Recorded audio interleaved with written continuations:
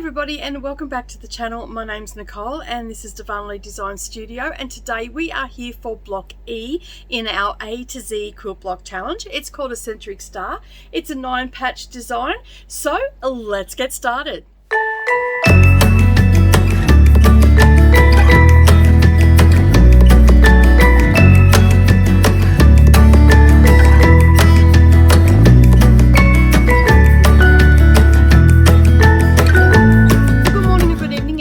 And welcome back to the channel. Thank you for taking some time out of your day and clicking on this video to make the Eccentric Star.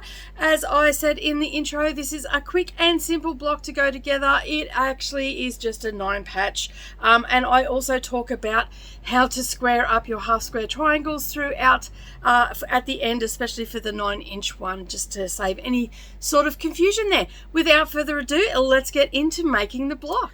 Alright, so let's get stuck into making the Eccentric Star. Your cutting sheet is down below underneath the video, so you'll find that link there. You just click on it, it'll open up and you can print off. You're going to need 3 different types of fabric. You want to go for contrasting fabric with this one. As you can see, it has a really high contrast. Now I am using the same fabric that I used last fortnight because I had some left over. You're also going to need a couple of rulers, something to mark your white squares with, a rotary cutter, some thread snips for your machine, and of course you're going to need some pins, a design board if you have one, and also an iron and an ironing pad. Alright, so once you've printed off your sheet, now you'll notice that there are 2 different size blocks on here. Now the larger block will always be a different size. It'll be just random size, okay, but some people asked for a consistent size, so we went with a 9-inch block. It made it a little bit smaller because we are making 26 blocks over the year. The top one is for those that just want to create some a random quilt, so there's all different sizes. You can incorporate some of the 9-inch ones. There won't be anything in the larger ones below 10 inches, okay, so that'll be the smallest that we go with the larger ones. Now just when you do print this off, make sure that you follow one or the other, okay? If you're making the 9-inch block, then you want to follow the 9-inch block. If you're making cutting instructions, if you're making the 12-inch one on this particular one, you want to follow those ones. Now if you hang around to the end, I'm working with the larger blocks, okay? When I'm making the videos, I'm always doing the larger blocks, but I do have the smaller ones.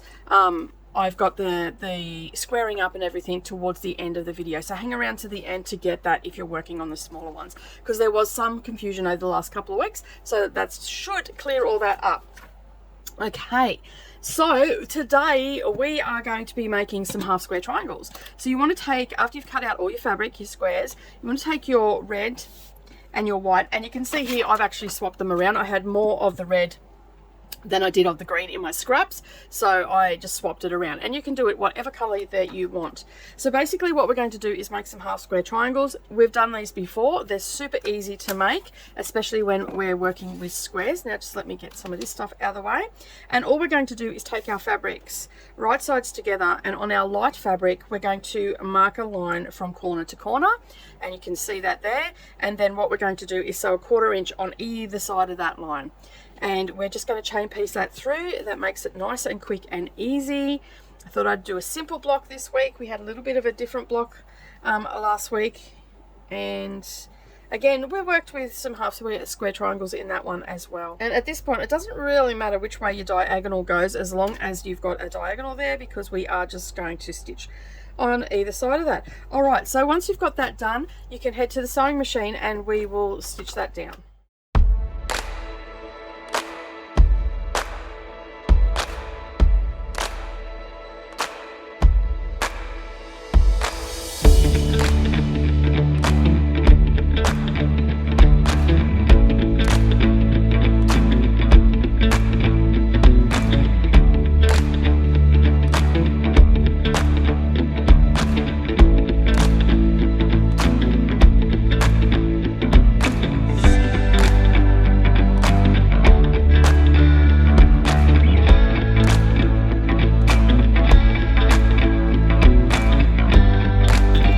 Next, what we're going to do is we're going to cut these in half, and I just use my small ruler for that, and I will leave a link down below where you can get these rulers. And then we're just going to cut them in half. Next we're going to get our iron and our ironing pad, and we can press these open. Okay, so you've pressed that open.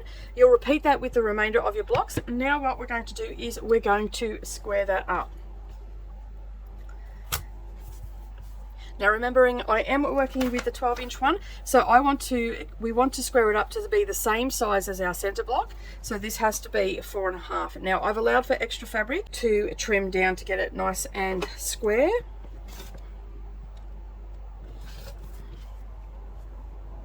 And take our little bits off.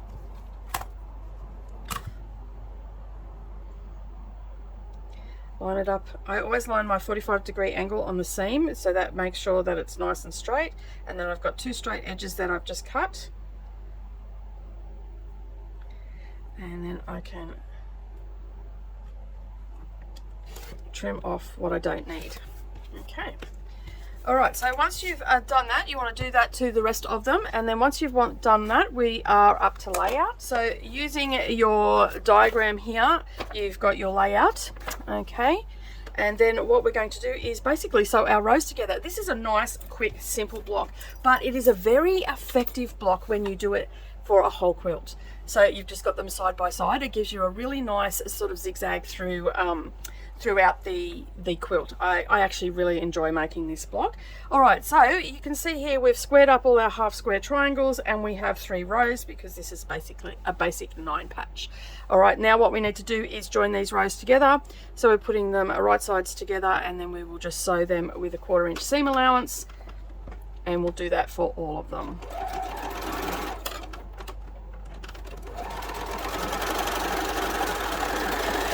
And as always, I work down one side of the block first, just so I can save a little bit of time with my chain piecing.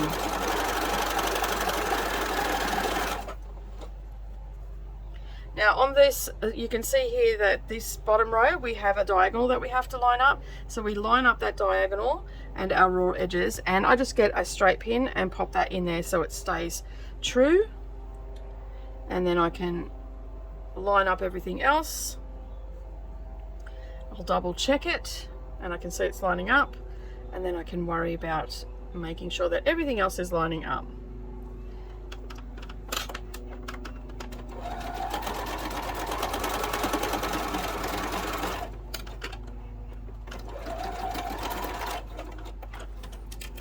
Okay, once we've done that, we'll pull that out, trim them apart.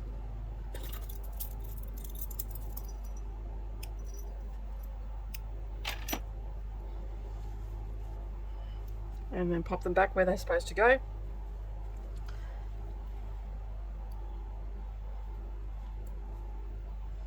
Okay, and you can see there we've got a nice diagonal. Now at this stage I will just finger press these open, and then we'll worry about pressing them once we've put the extra piece on.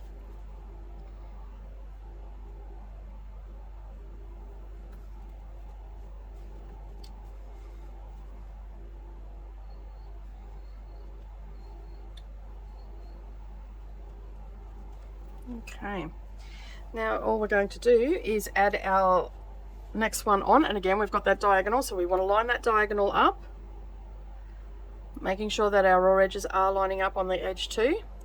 Pop that pin in there to hold that diagonal in place, and then we can start sewing.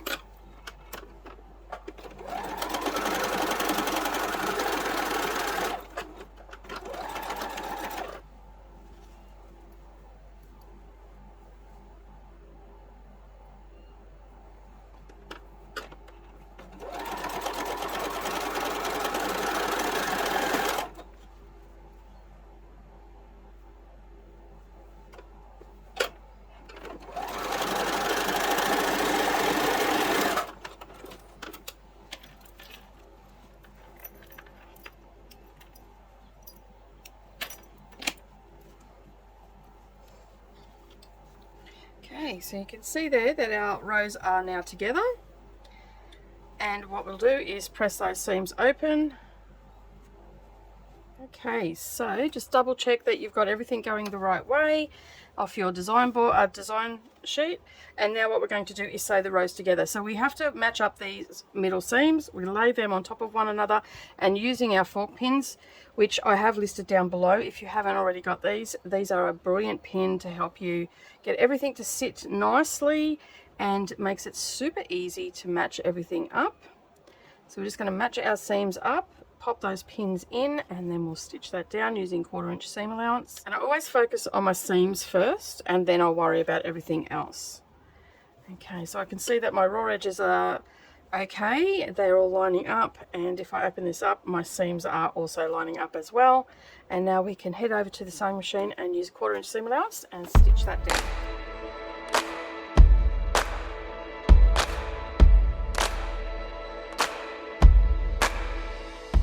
Okay, so once you've sewn that together, take your pins out, and you can see, well, I've got it around the wrong way. You can see there that it's lining up really nicely. Next, what we're going to do is we're going to add our last row on.